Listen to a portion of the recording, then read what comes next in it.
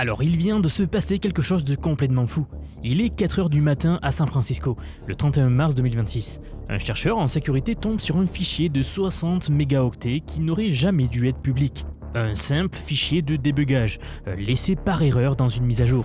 Et en quelques heures, c'est l'intégralité du code source de Claude Code, qui est l'outil de programmation IA le plus utilisé au monde, qui se retrouve sur Internet. Plus de 512 000 lignes de code, copiées plus de 41 000 fois avant qu'Anthropic ne réagisse. Un dépôt GitHub qui atteint 50 000 étoiles en 2 heures, record absolu dans l'histoire de la plateforme. Et le plus ironique dans tout cela, c'est que 5 jours plus tôt, cette même entreprise avait déjà fuité des documents internes sur son prochain modèle révolutionnaire, Claude Mythos. 2 fuites majeures en moins d'une semaine de la part de l'entreprise qui se présente comme le laboratoire IA le plus rigoureux en matière de sécurité au monde. Mais ça, ce n'est même pas le plus intéressant. Ce qui a rendu Internet absolument frénétique, c'est ce qu'on a trouvé à l'intérieur de ces 1900 fichiers-là. Et vous allez voir, ce qu'on y a découvert va changer la manière dont tout le monde utilise et surtout construit des agents IA.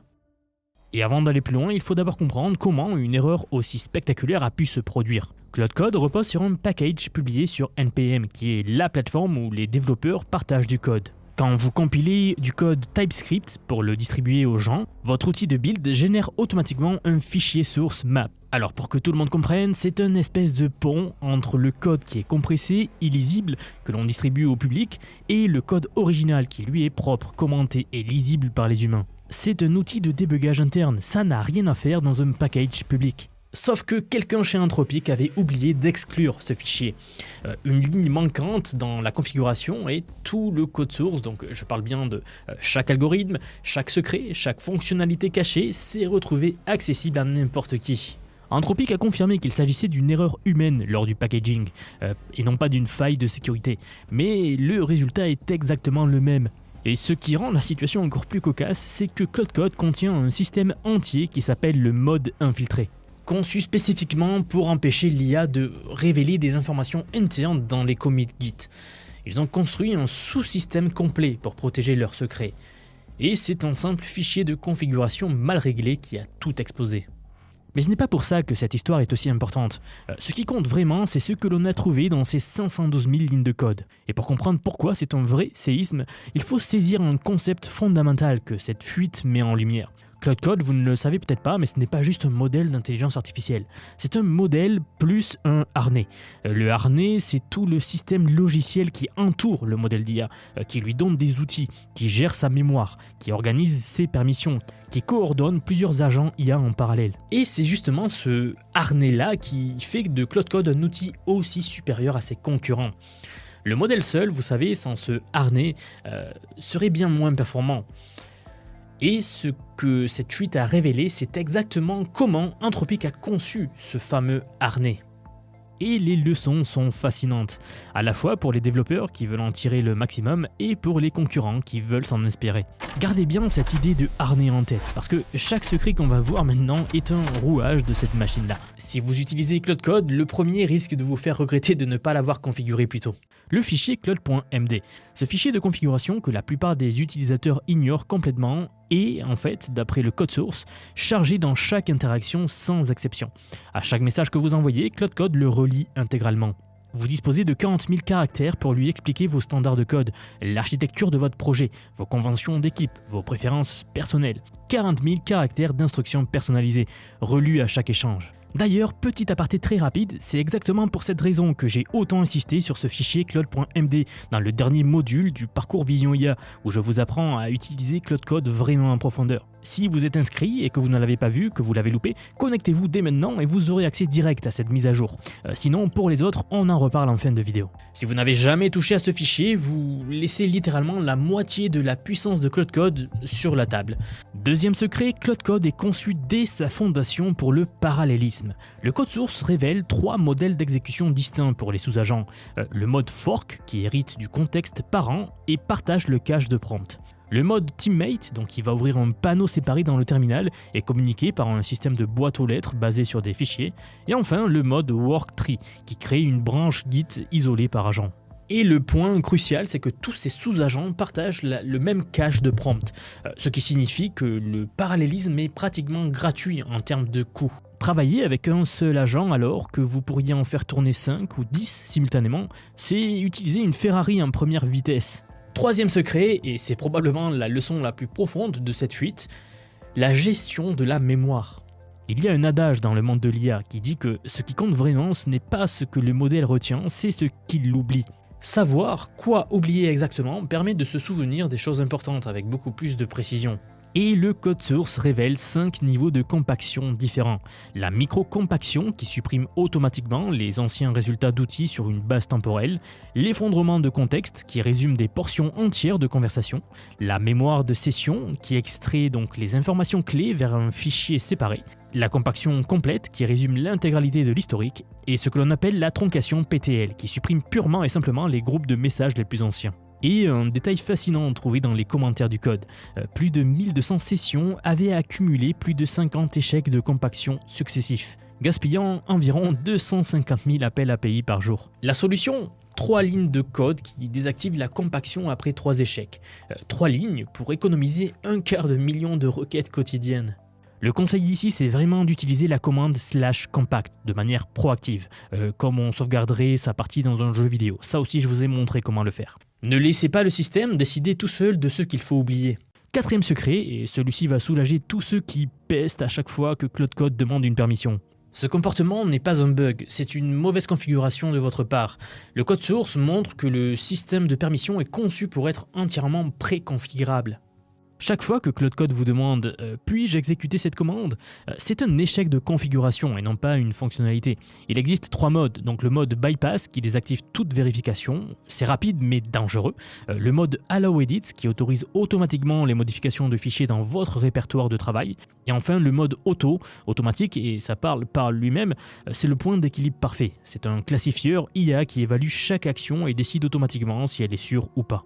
Et ce mode automatique, c'est celui qu'Anthropic utilise en interne. C'est celui que vous devriez utiliser d'ailleurs. Ok, maintenant, gardez bien en tête tout ce que l'on vient de voir.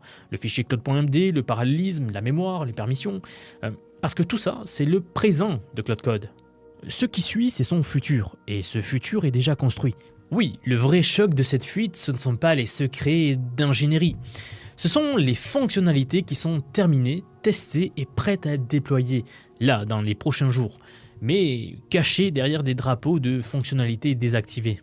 44 drapeaux ont été découverts dans le code, dont une vingtaine concernent des capacités qui n'ont jamais été rendues publiques, et certaines sont absolument spectaculaires. La première s'appelle Kairos. Le mot vient du grec ancien et signifie le moment opportun. Ce n'est pas un gadget, c'est un changement de paradigme. Kairos transforme Claude Code en un agent autonome permanent. Aujourd'hui, quand vous utilisez un outil IA, vous lui posez une question, il répond et il attend la suivante. Et bien avec Kairos, donc Claude Code ne s'arrête jamais. On avait déjà dédié une vidéo à ce sujet, mais il tourne en arrière-plan, il surveille vos dépôts de code, il observe des changements, il agit de manière proactive quand il détecte quelque chose de pertinent. Le terme apparaît plus de 150 fois dans le code source. Ce n'est pas un prototype, c'est une architecture complète qui est prête à être activée. Et Kairos intègre un sous-système qui, pour moi, est le plus fascinant de toute cette fuite. Ça s'appelle AutoDream. Le nom est volontairement évocateur et on en a aussi dédié une vidéo il y a peu, souvenez-vous-en. Quand vous dormez, votre cerveau passe par des phases de sommeil paradoxal qui consolident vos souvenirs de la journée. Il trie, il compresse, il garde l'essentiel et il élimine le reste. AutoDream fait exactement la même chose pour l'IA. Quand vous êtes inactif, un sous-agent IA dédié se lance automatiquement, il va passer en revue toutes les interactions passées, il va fusionner les observations disparates, éliminer les contradictions logiques, etc. Quand vous revenez le lendemain matin, Claude Code est plus pertinent qu'il ne l'était la veille au soir. Il s'est littéralement amélioré tout seul pendant que vous dormiez. Ensuite, il y a Ultraplan, un système qui lance une session de planification distante de 30 minutes, exécutée dans le cloud, par un modèle de raisonnement profond particulièrement puissant. Ce modèle décompose intégralement votre tâche avant que le moindre code ne soit écrit, en checklist, en dépendance, en obstacles anticipés, etc. Quand le plan est prêt, vous allez le valider depuis votre navigateur et un mécanisme interne baptisé Téléport va rapatrier le résultat directement dans votre terminal local. C'est de la planification de niveau architecture logicielle entièrement automatisée. Et il y a le mode coordinateur, donc l'orchestration multi-agent. Un agent Claude orchestre plusieurs autres agents. Chacun avec son propre bloc-notes et ses propres outils, son propre espace de travail. Ce que l'industrie appelait des essaims d'agents quand c'était encore théorique, souvenez-vous-en, si vous suiviez la chaîne il y a un an à peu près, eh bien Anthropic l'a construit et l'a sobrement nommé le coordinateur. Toute l'architecture est là, la communication entre les agents, la gestion de conflits, la distribution des tâches, etc. Le code révèle aussi un mode vocal en temps réel entièrement implémenté mais qui est désactivé pour l'instant. Des commandes mystérieuses comme /advisor par exemple qui fait intervenir un second modèle pour vérifier le travail du premier. Il y a un système de détection émotionnelle qui va scanner en permanence vos messages pour repérer les signes de frustration. Un ton agacé, des mots grossiers, des signaux que vous êtes sur le point de perdre patience. Une forme d'intelligence émotionnelle artificielle en somme, directement intégrée dans le code. Mais personne n'avait anticipé ce qui allait se passer ensuite, et c'est peut-être l'aspect le plus troublant de toute cette affaire. Quelques heures après la publication du code source, un développeur du nom de Sigrid Jin se réveille à 4h du matin en Corée du Sud, découvre la fuite et va alors prendre une décision. Sa copine s'inquiète qu'il puisse être poursuivi par Anthropic simplement pour avoir le code sur sa machine. Alors il fait ce que tout ingénieur ferait sous pression, il lance un outil de codage IA basé sur les modèles OpenAI et entreprend de réécrire l'intégralité du code source de Claude Code en Python, un autre langage de programmation. Et cela depuis zéro. 512 000 lignes de code converties d'un langage à un autre en une nuit par une seule personne. Bien sûr, assistée d'une IA, sinon cela aurait été impossible. Le dépôt qui en résulte ne contient plus une seule ligne du TypeScript original. L'architecture est la même, les fonctionnalités sont les mêmes, mais le code est entièrement différent. Et voici pourquoi c'est un séisme juridique. Le principe est ancien, on appelle ça l'ingénierie en chambre propre. Quand Phoenix Technologies a recréé le BIOS d'IBM dans les années 1980, les tribunaux ont validé l'approche. Le droit d'auteur protège l'expression du code, et non pas les idées ou le comportement qu'il implémente. Si vous recréez les mêmes fonctionnalités avec un code entièrement nouveau, vous êtes dans votre droit. Sauf que jusqu'ici, cette technique prenait des mois, coûtait des millions, nécessitait des équipes entières. Ici, vous le voyez, ça s'est fait avant le lever du soleil. Anthropic a envoyé des demandes de retrait DMCA contre les dépôts contenant le TypeScript original. GitHub a obtempéré. Mais la version en Python, donc, qui a été rebaptisée Claw Code, assez ironique, est en fait intouchable. La fonctionnalité est identique, le code lui est entièrement différent, et aucune loi actuelle ne couvre clairement ce scénario-là. Si un outil IA peut réécrire n'importe quel logiciel propriétaire dans un autre langage en quelques heures, qu'est-ce que ça signifie pour la propriété intellectuelle dans le code? La question dépasse largement Claude Code. Et bien sûr, ce qui est sûr, c'est que cette affaire va forcer le débat. Pour Anthropic, les conséquences sont réelles, mais contenues d'une certaine manière. Aucun poids de modèle n'a été exposé, aucune donnée client, aucune clé à payer, ce qui aurait été le pire des cas. Pour revenir à l'image d'avant, c'est le harnais qui a fuité et non pas le cerveau. Mais la feuille de route produit est désormais publique. Les noms de code interne des modèles sont dans la nature, donc Capybara pour une variante de Claude 4.6, Fennec pour Opus 4.6, Numbat est encore en test. Absolument tous les concurrents de Cursor à OpenAI en passant par Google savent désormais exactement ce qu'Anthropic prépare. Et le timing est particulièrement embarrassant. L'entreprise qui se présente comme le gardien de la sécurité dans l'IA vient d'enchaîner 2 fuites majeures en 5 jours. La première avait révélé que le prochain modèle Mythos pose des risques sans précédent en cybersécurité. La seconde vient de mettre à nu toute l'architecture de leurs produits phares. Et il y a un détail qui rend cette histoire encore plus savoureuse. Enfoui dans le code, les développeurs ont trouvé un système complet de Tamagotchi, une commande /buddy qui génère un petit compagnon virtuel basé sur votre identifiant utilisateur. 18 espèces possibles, canards, dragons, axolotes, fantômes, bon bref j'en passe, et même quelque chose qui s'appelle un chonk. Un système de rareté façon gacha, du commun au légendaire avec un taux de drop de 1%. Des chapeaux pour habiller vos créatures, donc des couronnes, des chapeaux de sorciers, des hélices, et même un minuscule chapeau en forme de canard. C'est là où ça devient marrant, voire ingénieux. Les statistiques de ces animaux virtuels ne sont pas force ou agilité comme dans un jeu. Non, ce sont le débugage, le chaos et le sarcasme. Le code mentionne une fenêtre de lancement entre le 1er et le 7 avril 2026, avec un déploiement complet prévu en mai. C'était très probablement le poisson d'avril d'Anthropic. Et l'ironie suprême, c'est que la fuite qui a tout révélé a eu lieu la veille. Certains se demandent même si la précipitation à livrer cette mise à jour, donc pour intégrer cet easter egg n'est pas exactement ce qui a causé l'oubli du fichier source map. Autrement dit, c'est peut-être un poisson d'avril qui a provoqué la plus grande fuite de code propriétaire de l'histoire de l'IA. Ce qu'il faut retenir de tout cela, c'est que la véritable innovation en IA ne vient plus seulement des modèles eux-mêmes, ça c'était avant. Elle vient du harnais, de tout ce système logiciel qui transforme un modèle de langage brut en un agent capable de raisonner, de planifier, d'agir et d'apprendre de ses erreurs. Et grâce à cette fuite, ce système est désormais visible pour tout le monde. Concrètement, si vous utilisez Claude Code, investissez dans votre fichier claude.md d'abord, configurez vos permissions en mode automatique et utilisez le /compact comme une sauvegarde régulière. Exploitez le parallélisme avec des sous-agents aussi et préférez reprendre vos sessions plutôt que d'en démarrer des nouvelles à chaque fois. Si vous avez bien configuré le fichier claude.md et fait tout ce que je viens de vous dire, ça ne sera pas un problème. Ce sont les pratiques qui font la différence entre un utilisateur moyen et un utilisateur expert. Je le répète, mais les outils de codage IA ne sont plus de simples assistants. Ce que cette fuite a mis en lumière, c'est qu'ils sont en train de devenir des agents autonomes permanents. Capables de consolider leur propre mémoire, de planifier sur des horizons de 30 minutes, de coordonner des essaims d'agents spécialisés, et même de s'améliorer pendant que vous ne les regardez même pas. Et si vous voulez comprendre ces outils en profondeur, savoir comment les utiliser concrètement dans votre quotidien professionnel et même personnel, et surtout ne pas vous laisser dépasser par cette vague qui accélère chaque semaine, alors j'ai justement quelque chose pour vous.